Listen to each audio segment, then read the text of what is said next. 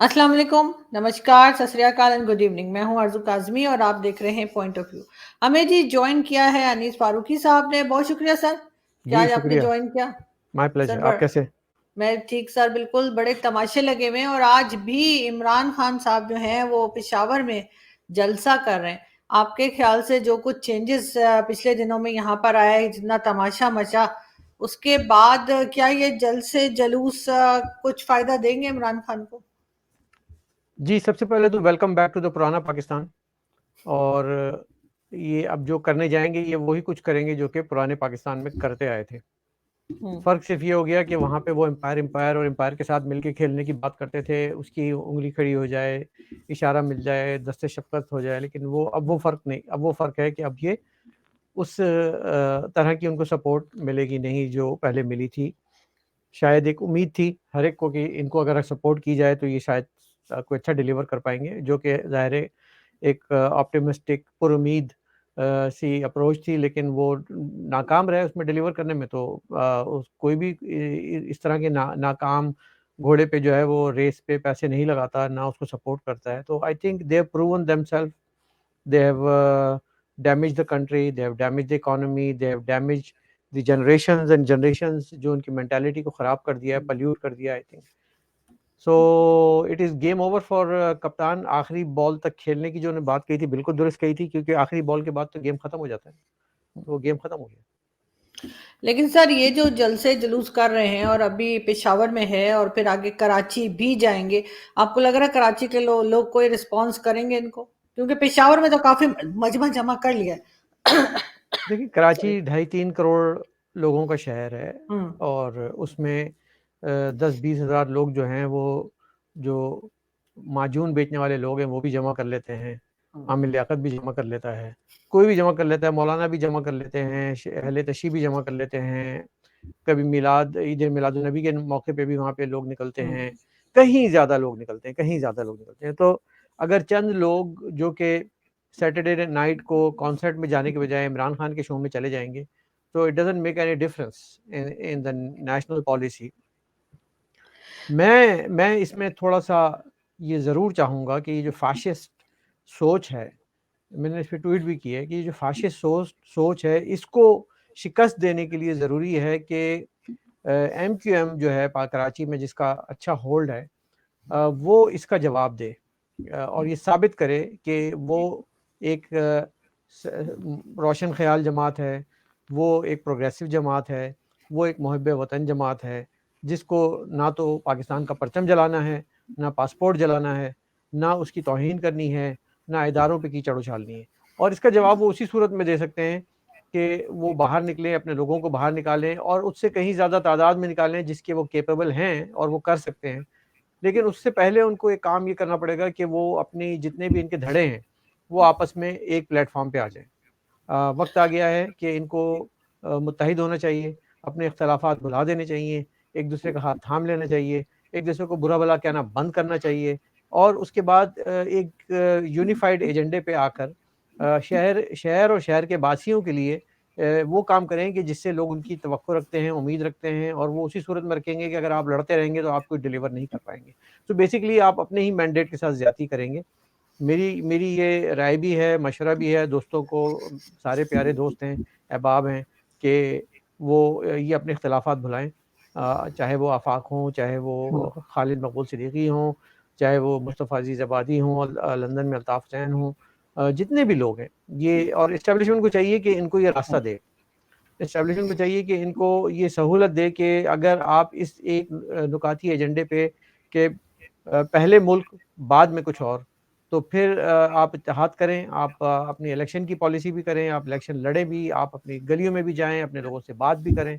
So I think ये वो तरीका है कि जिसमें एक कराची, एक जो कि मईशत की रीढ़ की हड्डी है, पाकिस्तान को चलाता है। हम एक इकोनॉमिकली बहुत मुश्किल दौर से गुज़र रहे हैं। ऐसे मौके पे जो मुल्क में इंतशार फैलाने वाली फ़ाशिस्ट ताकतें हैं, पीटीआई के नौजवानों को, ज़हनों को पल्यूट करके, ज़हर आलूद करके मुल्क में एक इंतशार फैलाने की कोशिश कर रही हैं।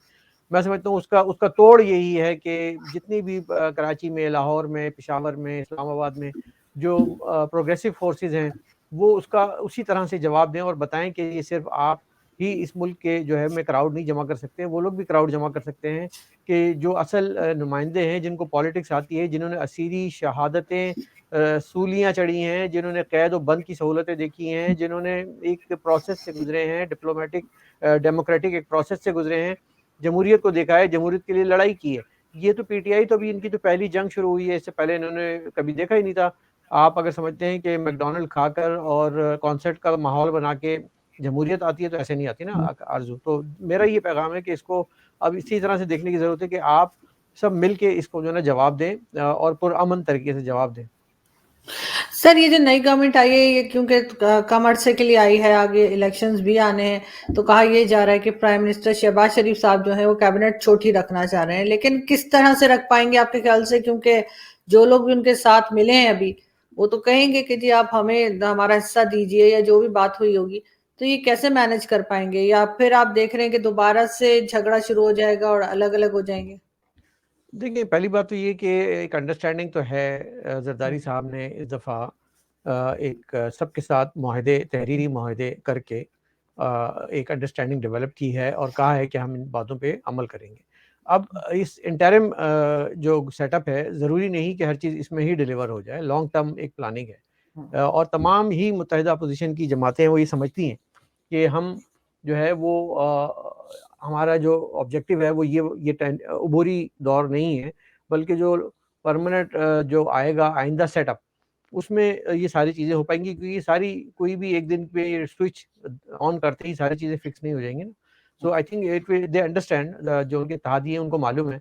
अगर आज वज़ारतें नहीं भी मिलती, मुतालबे पूरे नहीं भी होते, तो हमें ये देखना है कि हमने एक पाकिस्तान को एक बहुत अंधेरे और तारीक दौर से निकाल के वापस उसकी डगर पे डाला है। तो उसमें कुछ टाइम तो लगेगा और उसमें इन सबको थोड़ा सब्र से, तहम्मुल से और सियासी सूझबूझ से काम लेकर सब्र का मुज़ाहरा करते हुए आगे चलना होगा कि वक़्त आएगा, सबको उनके हकूक़ मिलेंगे, जो भी महरूमियाँ हैं वो दूर होंगी, जैसे कि वादे किए गए हैं, तहरीरी वादे किए गए।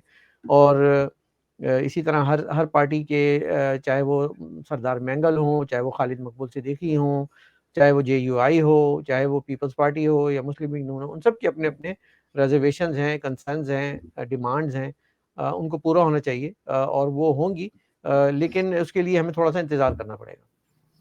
लेकिन सर वो थप्पड़ की गूंज पहुंची आप तक? मैं तो बस सुन रहा हूँ, क्योंकि हम बहुत दूर हैं, तो यहाँ तो अटलांटिक क्रॉस नहीं हो पाया थप्पड़ की गूंज। बस जो मीडिया आप और हम बता रहे हैं, हम उनको सुन लेते हैं। कंफर्मेशन अगर आप देंगी तो हमें पता चलेगा कि ये हुआ कि नहीं हुआ। किसी भी सियासी रहनुमा को जो है वो तशद्दुद का निशाना नहीं बनाना चाहिए, चाहे वो कोई भी हो। माजी में भी ये हुआ और अभी भी हम सुन रहे हैं अफवाहें, तो ऐसा होना नहीं चाहिए। एक डेमोक्रेटिक प्रोसेस है, एक इलेक्टेड रिप्रेजेंटेटिव होता है, एक लीडर होता है, वो उसके हज़ारों लाखों चाहने वाले होते हैं और उनके साथ इस तरह की ज़्यादती नहीं करनी चाहिए, मैं ये समझता हूँ। लेकिन सर अगर लीडर कुछ समझने को तैयार ही ना हो, तो आपके ख्याल से क्या ऐसा किया जाता है? और दूसरा ये कि एक देखा हमने कि सोशल मीडिया पे पीटीआई की तरफ से उल्टे सीधे ट्रेंड चलाए गए, फ्लैग को जलाया गया, पाकिस्तान के पासपोर्ट जलाते दिखाया गया, और जो आर्मी चीफ है उनके खिलाफ नारे लगाए, सबको गद्दार, अपने सिवा सब गद्दार हैं। तो ये इसको आप कैसे देखते हैं? इंतहाई कंडेमेबल एक्ट है और कोई भी ज़ी होश, ज़ी शऊर इंसान जिसको जो उस मुल्क का बासी है, जिसका उस धरती से ताल्लुक़ है, वो ये कतई बर्दाश्त नहीं करेगा, चाहे ये काम आप पाकिस्तान के अंदर रह के करें या ओवरसीज़ पाकिस्तानी करें। अ, बेसिकली ये दिखाता है, इस चीज़ की तरबियत की अक्कासी है कि आपकी सियासी तरबियत कैसे हुई है। और ज़ाहिर है कि पीटीआई चूँकि एक सियासी प्रोसेस से गुज़र के नहीं आई थी, उसका अपना कोई सेटअप नहीं है, उसके कोई सियासी कारकुन नहीं है, उसके कोई नज़रियाती कारकुन नहीं है। वो एक जज़्बाती कारकुन है। वो उम्मीद रखते हैं उसी तरह से कि इमरान खान शायद एक खुमैनी है, कोई अर्तुगल है, कोई एक देवमाली किरदार है, जो छड़ी फेरेगा और वो हमारी किस्मत बदल जाएगी। वो ये समझते हैं कि जो इमरान खान है उसका हक़ है कि वो ताहयात इस मुल्क पे राज करे। वो ये नहीं समझते कि जमहूरी निज़ामों में मगरबी ममालिक में कितने ऐसे सदूर और वज़ीर-ए-आज़म आए जो अपनी मुद्दत पूरी नहीं कर सके, इन हाउस चेंज हुई, वोट ऑफ नो कॉन्फिडेंस हुआ, सारे यूरोप और अमेरिका, कनाडा में भी हुआ कई बार। तो ये चीज़ें इनको समझ में इसलिए नहीं आ रही कि ये जमहूरी लोग नहीं हैं, ये जज्बाती लोग हैं। ये एक ऐसी सोच के लोग हैं जो समझते हैं कि इनकलाब इमरान खान की सूरत में ही ला सकते हैं और इनके अंदर कोई और दूसरा लीडर है नहीं, बाकी सब घामड़ है।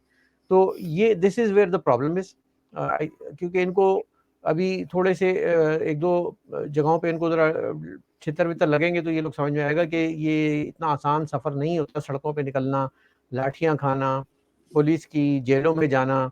इनका इनका इनका लीडर जो है वो 8 दिन से ज़्यादा नहीं रहा जेल में, उसमें भी छिपकलियों से डरता रहा। सो आई थिंक ये थोड़ा-सा फ़र्क है, जो दीगर जमहूरी पार्टियाँ हैं पाकिस्तान की सियासी और ये पीटीआई का जो एक मसनूई निज़ाम है जो दिया गया था, अनफॉर्चुनेटली इस उम्मीद पे कि शायद ये अच्छी परफ़ॉर्मेंस करेंगे, नहीं कर पाए। लेकिन सर साथ-साथ हमने ये भी देखा कि कुछ लोगों को अरेस्ट किया गया है जो कि सोशल मीडिया पे इस तरह के ट्रेंड चला रहे थे और बहुत ज़्यादा जो है वो यही कुछ हो रहा था कि कभी फ्लैग जला रहे हैं, कभी हर एक को गद्दार बता रहे हैं। उनमें से एक जो सबसे ज़्यादा जिसके अकाउंट्स थे या वो हेड समझ लें उनका फिलहाल जो पकड़ा गया है, उसने फवाद चौधरी का नाम लिया है कि जी फवाद चौधरी ने कहा था ये सब कुछ करने के लिए। तो ये वैसे तो इनकी पार्टी में मुख्तलिफ जगह से लोग आए हुए हैं इमरान खान की, लेकिन फिर भी इतनी ज्यादा इमेच्योरिटी क्यों है, क्यों इस तरह की हरकतें। और ये अभी मैं देख रही थी 5 मिनट पहले हामिद मीर साहब थे अपने चैनल पे, तो वो कह रहे थे कि ये मजीद अपने आप को जो है मुश्किल में डालते जा रहे हैं इमरान खान। देखें, अगर उन्होंने थोड़ा सियासी सूझबूझ और विज़डम का मुज़ाहरा नहीं किया तो यकीनी तौर पे अपने आप को मुश्किल में डाल रहे हैं, क्योंकि जिस जिस रविश पे वो चल पड़े हैं वो एक मज़ाहमत का इशारा दे रही है, लेकिन वो क्या मज़ाहमत के लिए तैयार है? क्या उनके पास ऐसे कॉमरेड्स हैं, ऐसे जियाले हैं जो अपनी सर पे कफ़न बांध के सड़कों पे निकल आएंगे, या फिर ये कि वो शाम में सिर्फ कॉन्सर्ट के लिए आते हैं, म्यूज़िक पे डांस करते हैं और शाम को बर्गर खा के चले जाते हैं?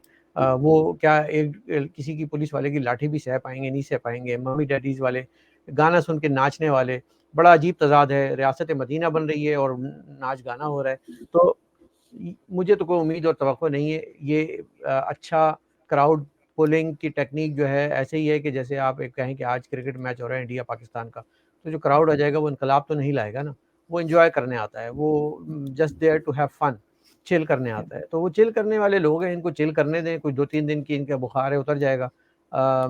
They can not run a movement, resistance movement और स्ट्रगल टू लाइक जो भी उनकी डिमांड है उसको पूरा करने के लिए, और वैसे भी उनकी तो सारी अनकॉन्स्टिट्यूशनल डिमांड्स हैं। मतलब वो क्या चाहते हैं कि एक आइन ने जो एक तरीक़ेकार मुतय्यन किया उसके ज़रिए अगर एक हुकूमत चली गई तो अब उसको कैसे, ये जल्द से जुलूस से क्या हो जाएगा?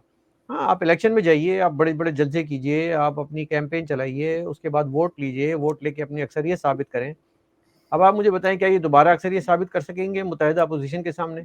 क्या अब जो नए इलेक्शन का सेटअप आएगा उसमें जिस तरह की सीट एडजस्टमेंट मुत्तहिदा अपोज़िशन मिल के करेगी और मिल के इकट्ठे वोट देंगे, अब वोट डिवाइड नहीं होगा, तो इसके बाद पीटीआई का कोई कहीं नामो निशान भी रह जाएगा।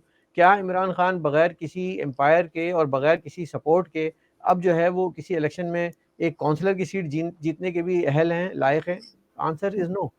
सो and they should know the real fact कि उनका गेम ओवर हो गया है। जो आखिरी बॉल थी, आखिरी बॉल के बाद तो गेम खत्म हो जाता है, तो अब उसके बाद थोड़ी मैच बचा है कुछ। बिल्कुल, लेकिन सर शहबाज शरीफ साहब से क्या उम्मीद लगा सकते हैं, या क्या आप समझते हैं कि वो क्या बेहतरी लेकर आएंगे? वैसे एक चीज जरूर है कि जो इमरान खान और प्राइम मिनिस्टर शहबाज शरीफ की एक जैसी है, वो ये कि दोनों ने कई शादियां की हैं और जो लास्ट लास्ट मैरिजेस दोनों की हैं, उनकी भी इमरान खान की भी जो हैं बीवी, वो भी 5 बच्चों की अम्मा है, तो डिवोर्स लेके इनसे शादी की थी। और सेम यही चीज तहमीना दुरानी, वो भी 5 बच्चे उनके हैं मुस्तफा खर से, और उनसे डिवोर्स लेके और शहबाज शरीफ से शादी की उन्होंने। तो ये चीज बहरहाल दोनों की मैच करती है, लेकिन शहबाज शरीफ साहब कर पाएंगे? इस तरह का जो है वो आप वो ना करें, जो है वो, क्योंकि इसके बाद तो फिर आमिर लियाकत का भी हक बन जाएगा वज़ीर आज़म बनने का, तो मैं नहीं चाहता कि जो है वो ये क्राइटेरिया हो। आने वाले वज़ीर आज़म का हर एक की अपनी पर्सनल लाइफ है।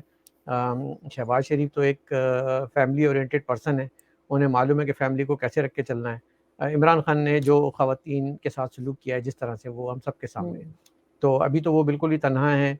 उनको मैं समझता हूँ कि अखबारात पढ़ के ज़रूरत है, रिश्ता का इश्तहार जो है ना वो या तो पढ़ने चाहिए ज़्यादा से ज़्यादा, या ये कि मतलब वो जो नहीं होता कि वांटेड वाले होते हैं जहाँ पे उनको जॉब की तलाश है, तो कोई कमेंट्री की जॉब है या कोई क्रिकेट बोर्ड में कोई जॉब निकल आए तो वो उस पे ध्यान देना चाहिए। Game is over, Mr. Imran Khan. Game is over. So you are no more in the politics of the Pakistan. I can guarantee you that. नहीं, वो आप बिल्कुल ठीक कह रहे हैं। मैं क्राइटेरिया नहीं, मैं इत्तेफाक बता रही हूँ कि इत्तेफाक हाँ, से दोनों की चीज़ मिलती है। उसमें लेकिन मैं इत्तेफाक। ये मैं पूछ रही थी कि आपके ख़्याल से शहबाज़ शरीफ साहब क्या कर पाएँगे? जो हाँ थोड़ा जी। बहुत टाइम उनको मिला है, उसमें क्या जो है वो कहना चाहिए दूसरी कंट्रीज़ जो है उनके साथ कुछ टर्म्स बेहतर होंगे, फ़ॉरेन पॉलिसी को कुछ कर पाएँगे? या जो लोगों को प्रॉब्लम्स है, क्या उसमें से किसी मसले को हल कर पाएँगे?